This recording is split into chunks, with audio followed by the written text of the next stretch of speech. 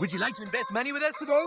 Wise move, young man, and a bold first step towards your financial future. We'll just take that money and employ significant leverage using computer-assisted high-frequency trading and index fund rebalancing to buy ahead of certain stock movements, and it's gone! Let's be honest, we've all made at least one bad investment in our lifetime.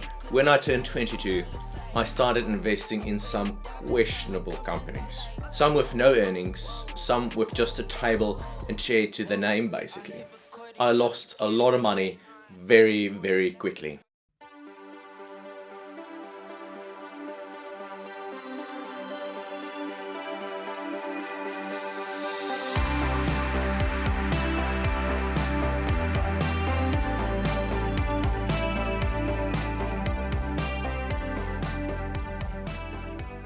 I always remember the first stock I bought, Advanced Micro Devices, or AMD, in the summer of 2011.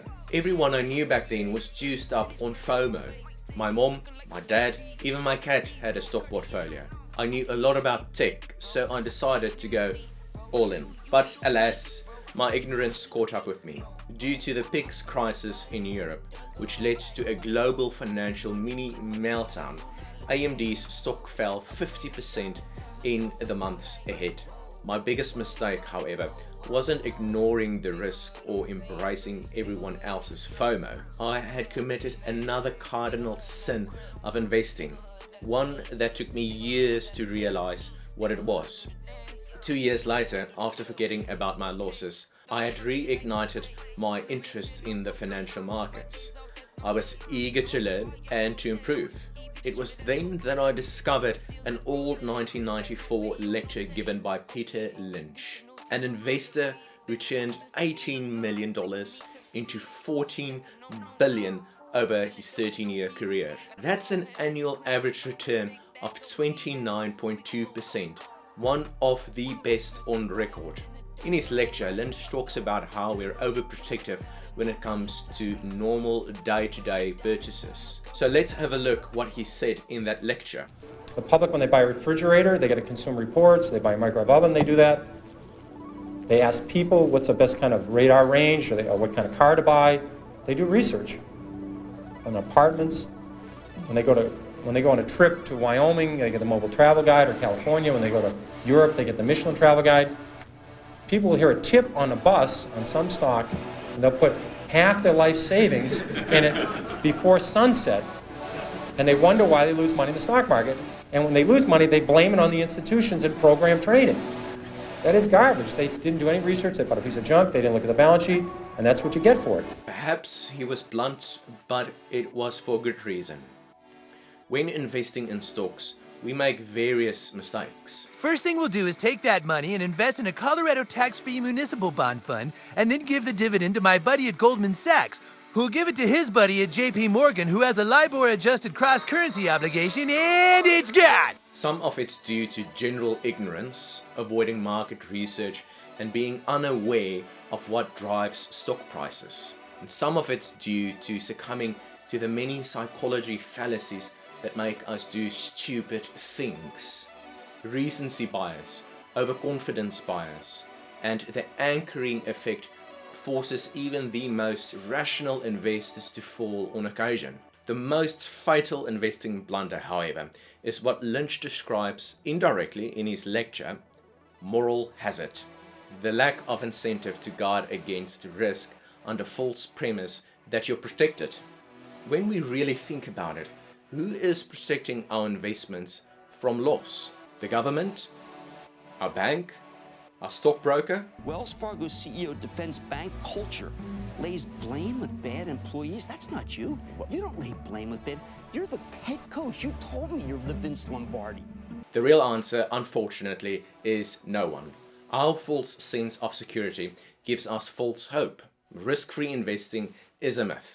Over time, this myth of risk-free investing has created an excess of moral hazard in society.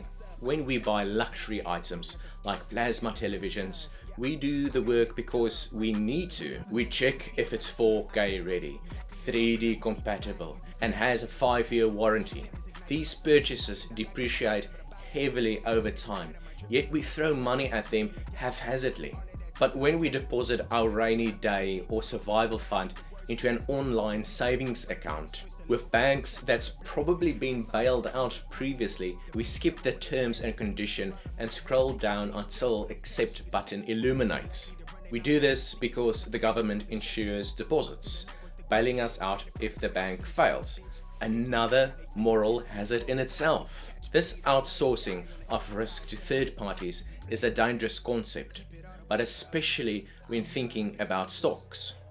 Moral hazard in the stock market has manifested itself in the form of a false narrative. Don't fight the Fed. The myth that the Federal Reserve's printing press will support stock prices forever. In the 21st century, though, economic gravity has always prevailed. Bear Stearns was in a death spiral, and the Fed brokered its sale. Worst financial crisis in challenging modern times. times. But another thing is Certainly for the certain largest that we've financial taken, disaster in decades in history. It won in 2001, in 2008, and again in 2020. The promise that loose monetary policy produces stellar stock market returns has cost many retail investors a lot of money.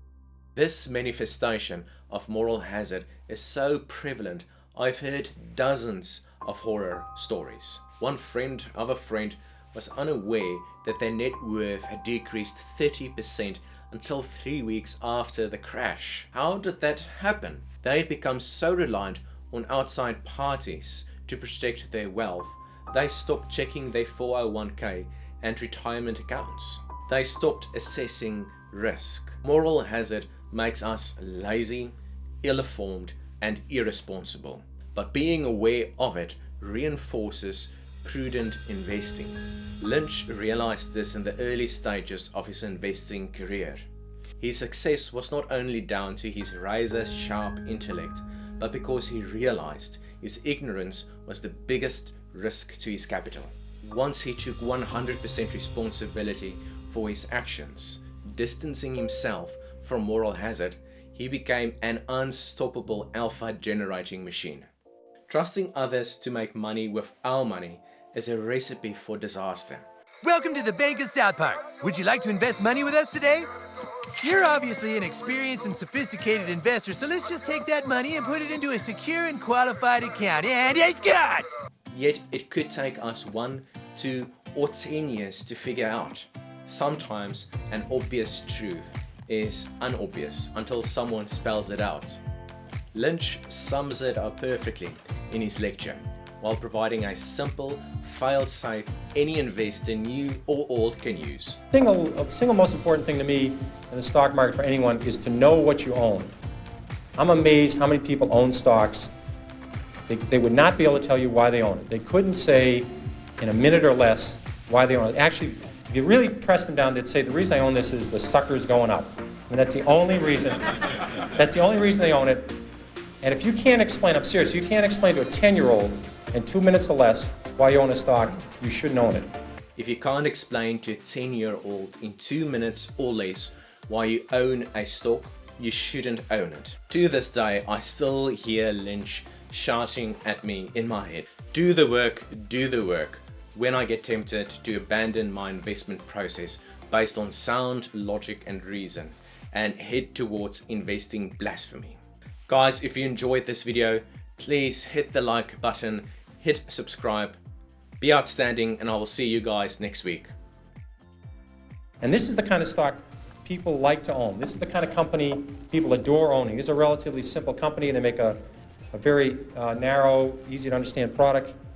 They make a 1 megabit SRAM, CMOS, bipolar risk, floating point data I/O array processor with an optimizing compiler, a 16 dual port memory, a double diffused metal oxide semiconductor monolithic logic chip with a plasma matrix vacuum fluorescent display. It has a 16-bit dual memory. It has a Unix operating system, 4 whetstone megaflop polysilicon emitter, a high bandwidth, that's very important, 6 gigahertz, double metallization communication protocol, an asynchronous backward compatibility, peripheral bus architecture, 4-wave interleave memory, a token ring interchange backplane, and it does it in 15 nanoseconds of capability. Now, if you own a piece of crap like that, You will never make money. Never. Somebody will come along with more whetstones or less whetstones or a bigger mega flop or a smaller mega flop. You won't have the foggiest idea what's happened. And people buy this junk all the time. I made money in Dunkin' Donuts. I can understand it.